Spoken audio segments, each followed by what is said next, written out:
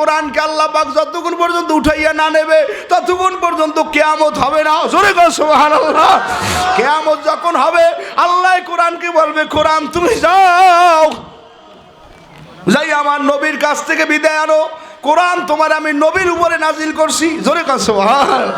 কিতাবের মধ্যে আসছে কোরআন শরীফ যাইয়া নবীর রওজার পাশে দাঁড়াই দাঁড়াই বলবে, আসসালামু আলাইকুম ইয়া রাসূলুল্লাহ একবার, আসসালামু আলাইকুম ইয়া রাসূলুল্লাহ দুইবার, আসসালামু আলাইকুম ইয়া রাসূলুল্লাহ তিনবার।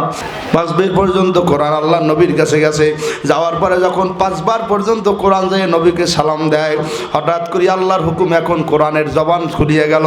রওজার মধ্যে উনি নবী বলে, ওয়ালাইকুমুস সালাম ইয়া কোরআন। হে কোরআন, তুমি আমাকে বারবার কেন সালাম দাও? কোরআন শরীফের আওয়াজ শোনার পরে নবী বলে, হে কোরআন, তুমি কেন বারবার আমাকে সালাম দাও? কোরআন কান্দার বলে, ইয়া রাসূলুল্লাহ ইয়া হাবিবাল্লাহ, হুজুর আমার যাওয়ার সময় হয়ে গেছে।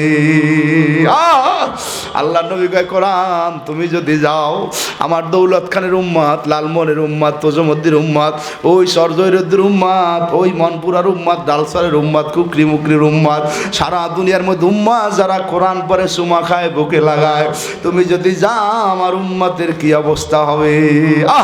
তখন কোরআন ডাক দিয়ে বলে, ইয়া রাসূলুল্লাহ ইয়া হাবিবাল্লাহ, আপনি টেনশন করবেন না। এই দুনিয়া যারা কোরআন পড়বে, কোরআন পড়াইবে, কোরআনের চুমা খাইবে, কোরআনের বুকে লাগাইবে, আল্লাহু আকবার, আমি কোরআন আপনার সঙ্গে রহমতের নবী ওয়াদা করলাম, ওরা যদি কিয়ামতের ময়দানে জাহান্নামে যায়,